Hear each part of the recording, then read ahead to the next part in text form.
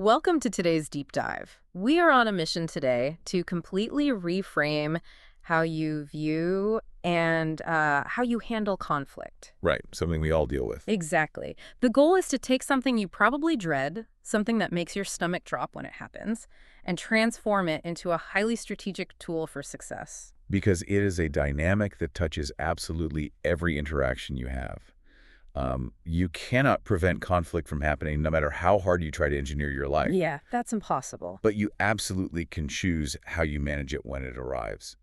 And the mechanics of making that choice are just fascinating. They really are. And to help us map out those mechanics, we are looking at a highly specific corporate training document today. Very specific. It's titled ODSD-06 Resolving Conflicts, and it was created for the Supervisory Skills Development Program at Fu Biomining. Which is probably not what you expected. Right. I know the immediate thought you might be having. What does a training manual for supervisors at a mining company have to do with my daily life? Well, the immediate context might be heavy machinery and production targets, sure.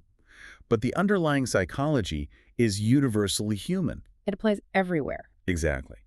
The principles laid out in this manual apply to the boardroom, they apply to the argument you had with your roommate over the weekend, and they even apply to the quiet battles you fight inside your own head. Wow. Yeah. The text operates on a core premise that conflict is simply a natural occurrence. It's just a byproduct of two different entities interacting. Okay, let's unpack this. Because the very first thing the training does is challenge our baseline definition of what conflict actually is. Right. It shifts the perspective completely. Because when you hear the word conflict, you probably picture a screaming match, or a lawsuit, or a physical fight. Something explosive. Yeah.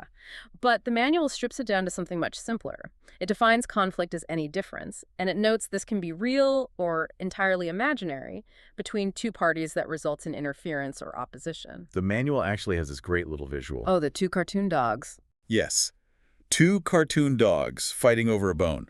One is shouting, "It's mine," and the other is yelling back, "No, it is not. I saw it first." It perfectly captures that basic knee-jerk instinct of opposition. And that instinct of opposition is the absolute foundation. The manual categorizes how it plays out across four distinct arenas. So what's the first one? First, there is interpersonal conflict, which is the classic one-on-one disagreement. Two people simply wanting different outcomes. Makes sense. Second, you have individual versus group conflict. The text uses the example of a supervisor trying to get an entire team to change the way they've always done a specific task. That's tough. It is. You have one person's methodology crashing into the established habits of a collective. Right. And the third arena is interdepartmental conflict. And the manual uses a very grounded, real-world scenario from the mine to illustrate this one. I love this example. It's so clear. Imagine the maintenance department needs to shut down a piece of heavy equipment to do preventative repair work. Which they have to do. Right. But the production department flat out refuses to let them turn it off because any downtime will ruin their daily output targets. Look at the structural friction there. Neither side is acting out of malice. No, not at all. The maintenance crew is just trying to keep the machines from breaking, and the production crew is just trying to hit their quotas. Their immediate, mandated goals are structurally guaranteed to interfere with one another. They are set up to fight. Exactly. And finally, the fourth arena brings it entirely inward. Internal conflict. The manual describes this perfectly as that familiar internal tug of war. The voice in your head saying, "I have major responsibilities, I need to go to work."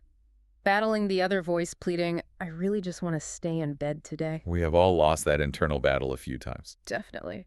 But let's look at what happens when we try to ignore external conflicts. We often think if we don't address a problem, it might just fade away. It really does. Right. The manual presents this psychological escalation slide that it calls the road to war. It argues that unaddressed conflict actively mutates. It gets worse over time. It breaks this mutation down into 5 precise stages. And the psychology behind it is what makes it so dangerous. How does it start? It starts subtly as discomfort. You interact with someone and things just don't feel quite right. You might not even be able to articulate what the problem is, but there is a baseline unease. Just a weird vibe. Exactly. And if you don't address that discomfort, the brain starts looking for validation, and you escalate to the second stage. Which is incidents. Right, incidents. Yeah. These are those short, sharp exchanges, a clipped tone in an email, a sarcastic comment in the hallway. They happen quickly, but they leave a lingering mark. And that brings us to the third stage, which the manual calls misunderstanding. This is where it gets incredibly messy. Because this is where our brains start playing tricks on us, right? Yes. At this stage, motives and facts become completely entangled. You stop looking at what the person's actually doing, and you start inventing narratives about why they are doing it. The psychology of the misunderstanding stage is fascinating because our brains hate a vacuum of information. We have to fill in the blanks. If a coworker ignores your email and you are already in a state of unease with them, your brain doesn't assume they are just busy. Your brain assumes they are intentionally undermining you. You start obsessively ruminating on the problem. You view every neutral action they take through a highly negative lens. Which drags you right into the fourth stage, tension. Now, the relationship is defined by fixed negative attitudes. The manual points out that your actual behavior changes at this point. Normal, everyday functioning becomes difficult because just being around the person drains your energy. It's exhausting. And if the tension isn't broken, you hit the absolute bottom of the slide. Stage 5, crisis. Or what the text refers to as war. War. Crisis is the stage of extreme anger. It's loud arguments, actively withholding vital information from one another, playing political games. Total non-cooperation. It is a completely dysfunctional state. It sounds like a miserable place to work, or live for that matter. But looking at that terrifying slide into war, it raises a question for you, the listener. Is conflict inherently a bad thing? It's a great question. Because the manual introduces a major paradigm shift here. It contrasts the traditional view of conflict with the modern view. The traditional view is probably what most of us were raised with. The idea that conflict is entirely destructive. That it disrupts harmony and it should be avoided, covered up, or stamped out immediately. But the modern view entirely flips that script. It argues that because conflict is a natural byproduct of human interaction, trying to suppress it is actually the harmful part. So the goal shouldn't be to prevent conflict. No, the goal is to uncover its root causes. Because under the right conditions, conflict is the exact mechanism that drives improvement. I found the visual representation of this in the manual totally counterintuitive. There is a performance chart mapping out functional versus dysfunctional conflict. A bell curve. Yeah. Normally, you'd assume an organization or a relationship with zero conflict is living the dream. But the chart shows that an environment with low or no conflict results in very low performance. The manual calls it a social club culture. Right. It becomes apathetic, stagnant, and incredibly slow to adapt. Nobody challenges anything, so nothing ever gets better. And on the far end of the spectrum, you have high conflict, which is that dysfunctional war stage. Chaos, resentment, and a total lack of cooperation. Obviously, that also results in terrible performance. Exactly. But right in the middle of that bell curve is the sweet spot. Moderate conflict. Functional conflict. Yes. When managed correctly, this functional conflict leads to the highest possible performance. How does friction actually create better results, though? Through the necessity of defending your ideas. If you propose a new strategy and a colleague points out a massive flaw in it, that is a conflict. But it's helpful. Very. That supportive criticism forces you to refine your idea, to think harder, to innovate. Healthy competition for resources or better solutions keeps an organization sharp. Without that moderate pressure, complacency takes over. To keep it in that healthy middle zone, we have to know what pushes conflict into the dysfunctional zones. The manual outlines several root causes, and they are incredibly common. Poor communication is a massive one. Bringing prejudices or preconceived ideas into a conversation basically guarantees a misunderstanding. Then there is fear. When people feel their job or their ego is threatened, they become defensive and suspicious. Another major structural cause is the competition for limited resources. Think about an everyday scenario outside the mind. You and your sibling are fighting over who gets the car on a Friday night. Classic. There is only one car and two people who want it. The structure itself demands a conflict. In the workplace, this translates to fighting over budgets, access to equipment, or headcounts. Add in fundamentally conflicting goals or differing personal values, and the friction is inevitable. So we know conflict is going to happen, and we know we want to keep it in that moderate functional zone. How do we actually do that? The training manual suggests that we all have a default conflict resolution style. It's a learned behavior, something we absorbed in childhood by watching our parents or our peers. And it's the style we automatically fall back on when we are under pressure. But the good news is that because these are learned behaviors, we can actively learn and deploy different styles when our default isn't working. The manual uses a really helpful visual grid to map these styles out. The grid is based on balancing two competing desires.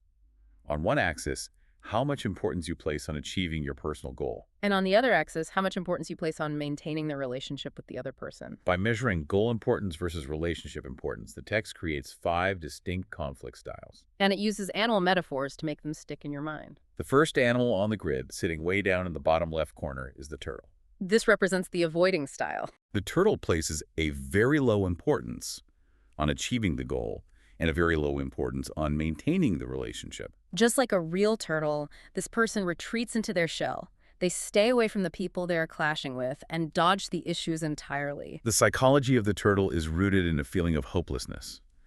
They genuinely believe it is pointless to try and resolve a conflict, so it is safer and easier to just withdraw. Both physically by leaving the room and psychologically by tuning out. It is a highly uncooperative style where they hide the conflict or just cross their fingers and hope it miraculously resolves itself. Wait, is retreating ever actually a valid strategy? It sounds like a terrible way to manage your life. It does sound negative. But consider a situation where a conflict has become incredibly heated, emotions are spiking, and nothing productive is being said. A screaming match. Right. In that moment, intentionally acting like a turtle, saying, I'm stepping away from this conversation right now, is actually a highly strategic move to prevent the situation from permanently damaging the relationship. That makes sense. Taking a breather. Exactly. The total opposite of the turtle is the shark, which sits in the top left corner of the grid. This is the competing style. For the shark, achieving their personal goal is paramount, and maintaining their relationship means absolutely nothing. Their psychology is built around a strict win-lose dichotomy. Winning equals strength, and losing equals weakness. The shark is aggressive. They will overpower opponents, attack, and overwhelm them to get their way. They might leverage their rank, pull seniority, or resort to direct intimidation. You'll hear phrases like, if you do not do this, then I will make sure. Yes. It's highly uncooperative and often deeply personal. But again, in a highly competitive, cutthroat corporate environment, aren't there times when you absolutely have to be a shark just to survive? Absolutely.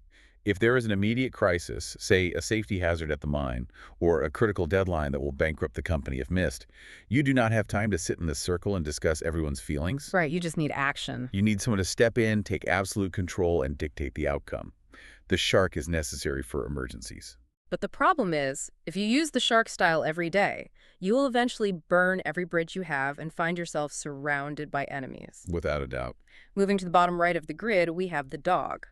This is the accommodating style. And it completely flips the shark's priorities.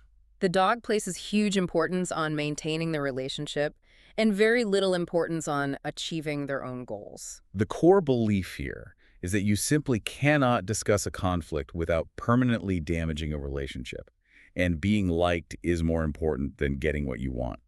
The dog will constantly sacrifice their own needs to keep the peace. It operates out of a fear of rejection. They will try to smooth things over, minimize the problem, and say things like, oh, it's really not that bad, don't worry about it. It is a cooperative style, but it's entirely passive.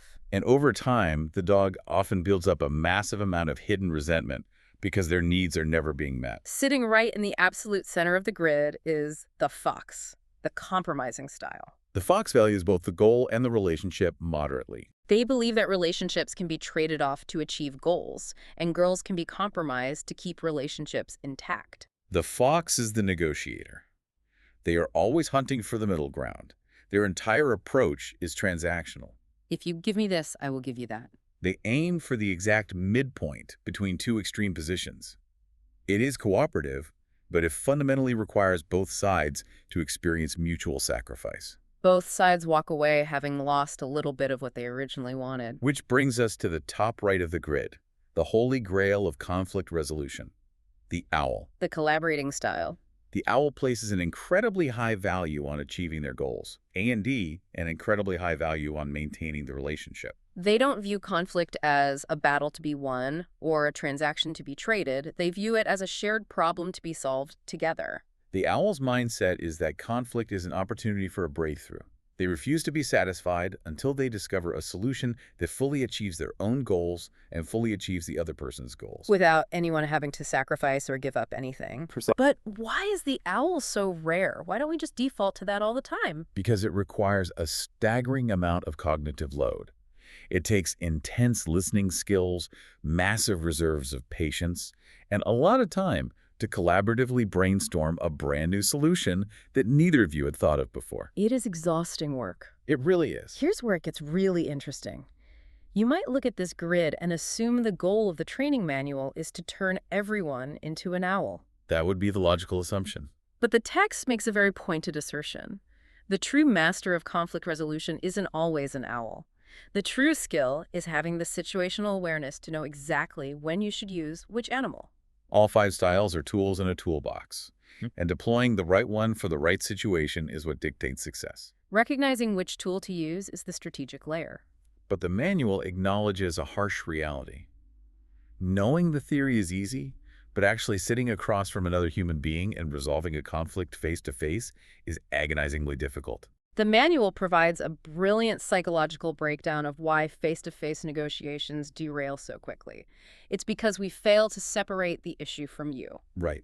The issue is just the cold, hard facts. What do I want? What do you want? What needs to happen? But you brings all the messy, unpredictable human emotion to the table. We feel the need to justify our past actions. Our ego gets bruised, and we start aggressively assuming we know what the other person's hidden motives are. When you tangle the objective facts of the issue with the subjective emotions of your ego, the conversation collapses. You stop trying to solve the problem and start trying to defend your identity. To prevent this collapse, the training manual lays out a highly structured, almost clinical, 3-step discussion guide for these face-to-face encounters. Step 1 is start the discussion, and it's all about framing. The text insists you must open the conversation by explicitly stating that you have a shared problem and you are looking for a shared solution. You have to address the emotion immediately, but constructively. And the manual gives a very strict list of what not to do in this opening moment. Do not attack the person. Do not frame it as a personal failing on their part. Think about the difference in framing.